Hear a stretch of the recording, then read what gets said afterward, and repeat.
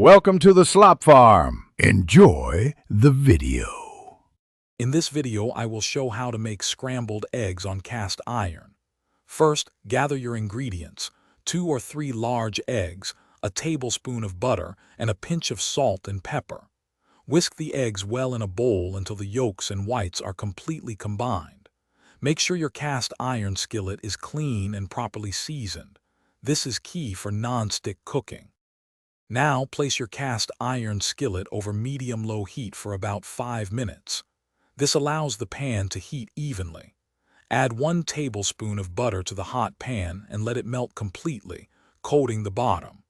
Once the butter is fully melted and shimmering, pour your whisked eggs directly into the skillet. Let the eggs set for about 30 seconds without stirring. This helps create a nice base. Then, using a heat-resistant spatula, gently push the cooked egg from the edges towards the center of the pan.